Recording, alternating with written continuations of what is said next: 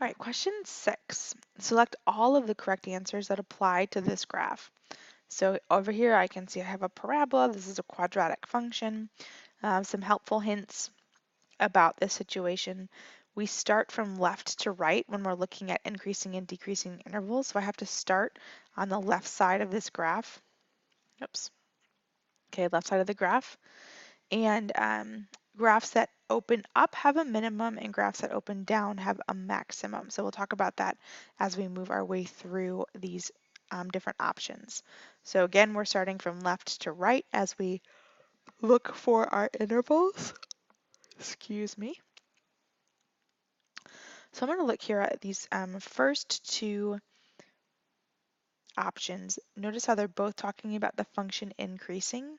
So let's look at what makes sense for this graph. So it says the function is increasing from x equals -4 to x equals positive infinity, or my second option is x equals -9 to x equals positive infinity. So one thing I notice right away is that they're talking about where x equals, okay? This is my x-axis, okay? Just to kind of help visually show what we're talking about here. So I want to know where it's increasing. So if I look back here at my function, if I follow my function from left to right, here I'm going down, down, down, down, down, down, I'm decreasing. But then right here, I have that pivotal moment where I start to increase. So starting here, it looks like from here up, we are increasing. So my x value at this point, oh look, it's -4. So from -4 continuing on for however long it needs to, that would be that positive infinity. That's going to be my interval of increase of where the function is increasing. So from -4 all the way up to positive infinity.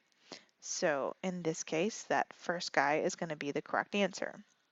And now we're going to continue through this process, but next it asks us about where the function is decreasing. So I have two options. I'm looking at either from x equals -9 to x equals -infinity, or I'm looking from x equals -infinity to x equals -4. So if we start and we're reading the graph from left to right. So I have to start from here, moving downward. Okay, this would be my decreasing interval. And this way, okay, this way, that is -infinity. And I keep approaching all the way until I get back to this vertex here. Okay, so x equals -infinity to x equals 4, that's my option that's going to make sense for us right here. Okay, and the next set of options here asks me about a maximum or a minimum.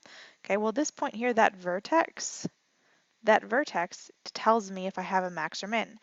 Since it's at the bottom, that means I have a minimum. It's the bottom of my graph, I have a minimum. Okay, so let me just kind of draw a picture here. This is an example of something that opens up, and this would be an example of something that opens down that would have a maximum. So since I have a minimum, my graph is opening up. And you can see that because I have a graph here that's opening up as well.